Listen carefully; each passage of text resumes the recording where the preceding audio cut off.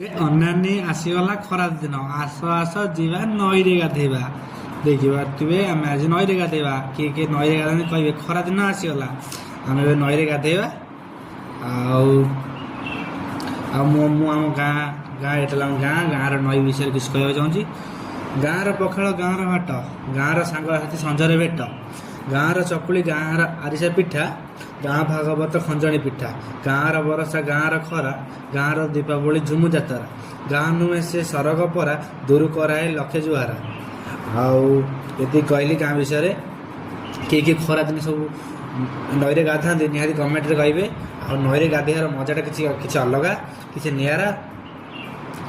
ଆଉ କେଉଁମାନେ ସବୁ ନଈରେ ଗାଧାନ୍ତି ଆଉ ଦେଖନ୍ତୁ, ନଈର ମଜା ଖୁବ୍ ଅଲଗା। ଯିଏ ଗାଧେଇଛନ୍ତି ସିଏ ଜାଣିଛନ୍ତି। ଆଉ ରହିଲୁ, ନମସ୍କାର। ଆମେ ଘରକୁ ଫେରିବା। ନଈରେ ଗାଧେଇଲା ପରେ ବେଶୀ ଥଣ୍ଡା ମଣ୍ଡା ଧରିବ। ଜୟ ଜଗନ୍ନାଥ। ରହିଲି, ନମସ୍କାର। ଆଉ ଏତିକି କହି ରହୁଛି। ଯିଏ ନଈରେ ଗାଧାନ୍ତି ନିହାତି କମେଣ୍ଟରେ କହିବେ। ବାଇ ବାଇ, ଟାଟା। ଭଲ ରୁହନ୍ତୁ ଆପଣମାନେ।